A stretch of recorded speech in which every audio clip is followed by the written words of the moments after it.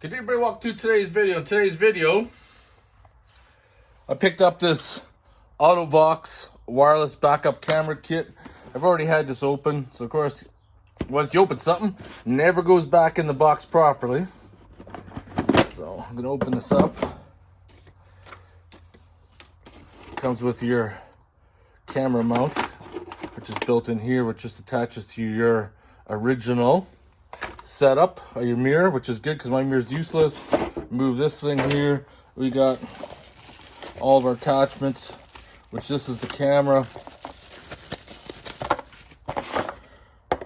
cigarette lighter. This is the wireless part, which in the antenna, which seems to take up a lot of space. This is everything that comes in the box. Now, of course, for something that's supposed to be wireless, there sure is a lot of wires there. That's the backup camera. Now, traditionally, it's supposed to be mounted up top, but I have a third brake light, license plate light mounted there, so I can't utilize that spot, but I'm going to have to mount it down below instead.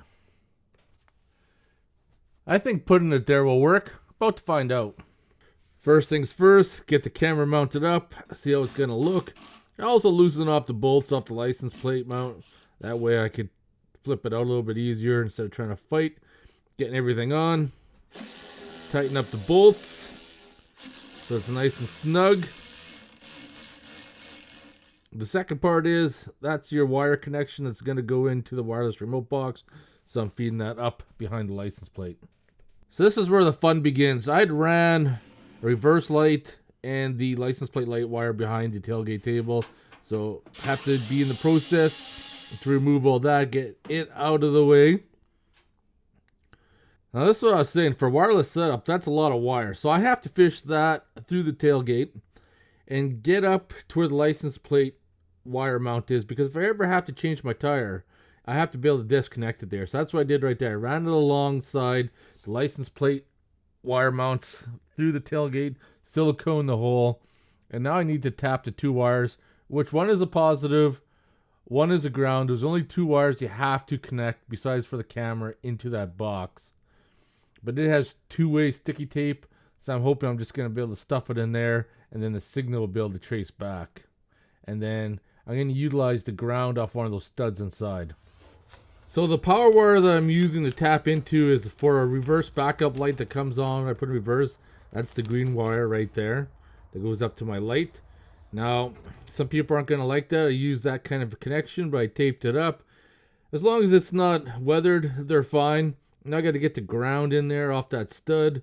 So I got my ground post and going to feed my hand in there. It's a little bit tight. Get in there, tighten that one up. And I like to test fit everything first, try it out before I fully assemble it. So right now I'm just throwing the license plate on the back. Going to plug in the connection, make sure that it's plugged in properly. Kind of just mock it up. Now if I go inside, turn the ignition on, theoretically put it in reverse, it should work. And there I have it. I have an image right there on the screen.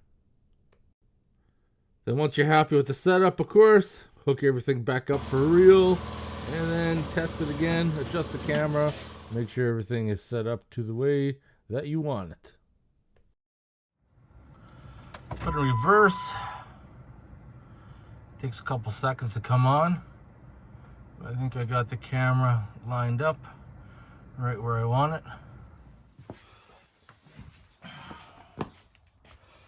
And that is actually pretty close. Did a couple feet or so. There's a different view. I think that'll work.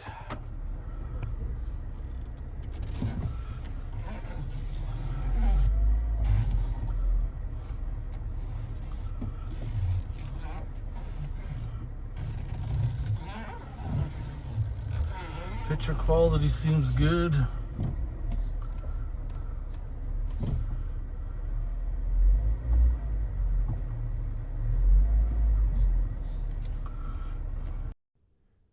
Well, the picture quality seems pretty decent and the camera works without a lot of flickering with being wireless, so hope you guys enjoyed the video. If you have any questions or comments, post them below, and I'll see you guys in the next one.